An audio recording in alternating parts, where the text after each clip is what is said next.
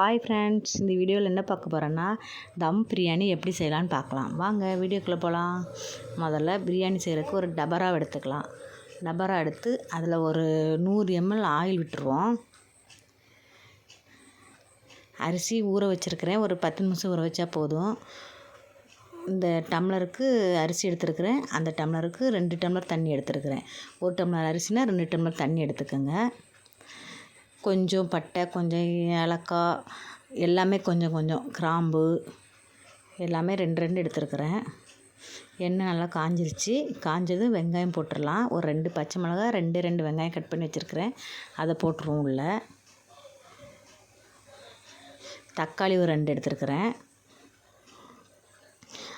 Kilo கணக்கில் பார்த்தா ஒரு 1/4 கிலோ வெங்காயம், ஒரு 200 கிராம் தக்காளி போடுங்க. ஃபஸ்ட்டு பட்டை லவங்கத்தை போட்டேன். ஒரு 2 பச்சை மிளகாய் கட் பண்ணி வச்சுருக்கிறேன். வெங்காயத்தை போட்டு நல்லா வதக்கிக்குவோம். நல்லா பொன்னிறமாக வரந்தனே வதக்கணும். ஒரு 1/4 கிலோ வெங்காயம் எடுத்துருக்கிறேன். 1/4 கிலோ அளவு. நான் 2 பெரிய வெங்காயம் எடுத்தேன்.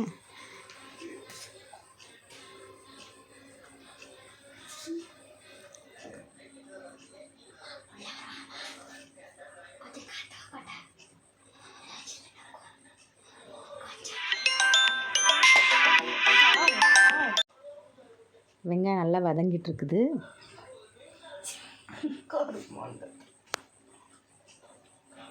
வெங்காயம் நல்லா பொன்னிறமாக வதங்கினதும் தக்காளி போட்டுருவோம். தக்காளி நல்லா வதக்குவோம்.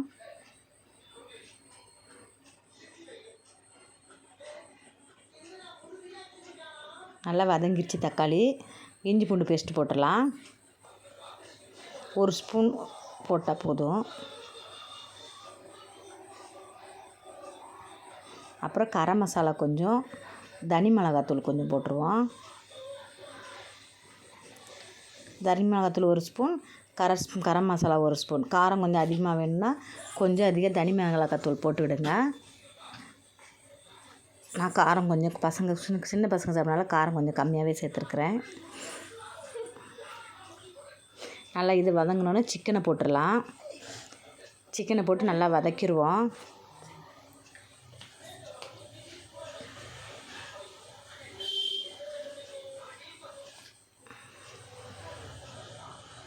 சிக்கன் நல்லா வதங்கிருச்சு. ஒரு 10 நிமிஷம் விட்டாலே அதுலேயே நல்லா சிக்கன் நல்லா வெந்துடும்.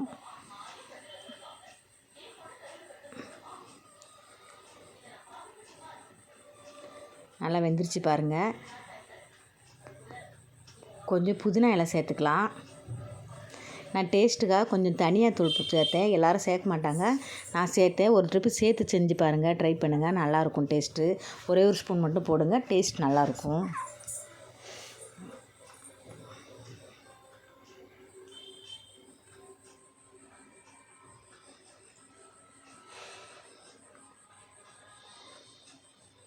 நல்லா வெந்துருச்சு பாருங்கள்.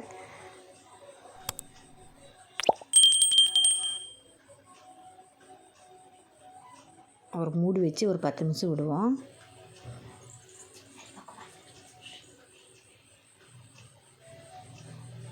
கறி நல்லா வெந்துருச்சு. வெந்தது கொஞ்சம் தயிர் போட்டுக்கலாம். 1 ஸ்பூன் தயிர் போடுவோம். தயிர் போட்டுலாம். தயிர் போட்டு பிரியாணிக்கு தேவையான உப்பு சேர்த்துருவோம். நல்லா ஒரு கிண்டி விட்டுடலாம். 1 டம்ளர் அரிசிக்கு 2 டம்ளர் தண்ணி அளந்து எடுத்து வச்சுருந்தேன் பார்த்திங்களா, அந்த தண்ணியை உள்ளே சேர்த்துருவோம். கறி வெந்ததும்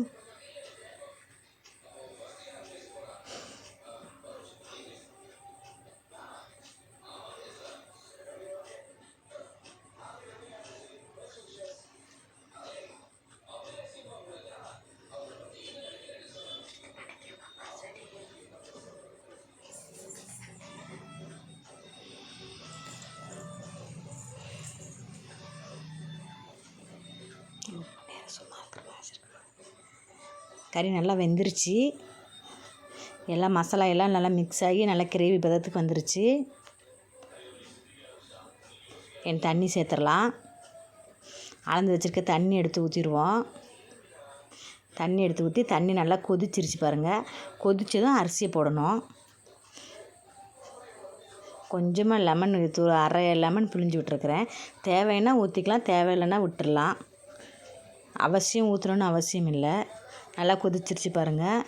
ஏன்னா அரிசியை போட்டுடலாம்.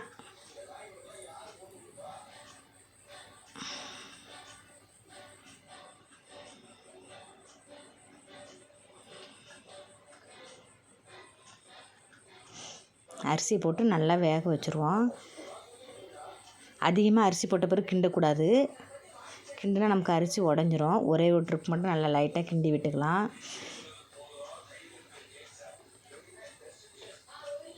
நல்லா வெந்து நல்லா தண்ணிக்கும் அரிசிக்கும் சமமாக வர்றப்ப நம்ம தம் போடலாம்.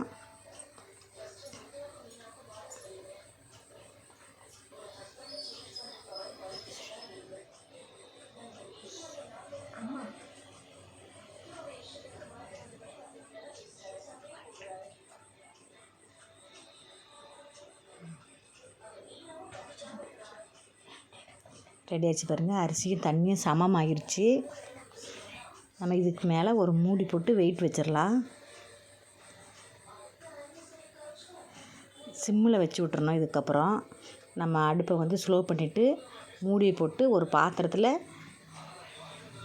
தண்ணி எடுத்து வைப்போம். அந்த தம் போடுறதுக்காக அந்த வெயிட்டை வச்சிட்டோம்னா சைடில் ஆவியெல்லாம் வராது. அதனால் நல்லா தம் ஆகிடும். இப்படி வச்சு சிம்மிலே வச்சு ஒரு 10 நிமிஷம் விடுங்க.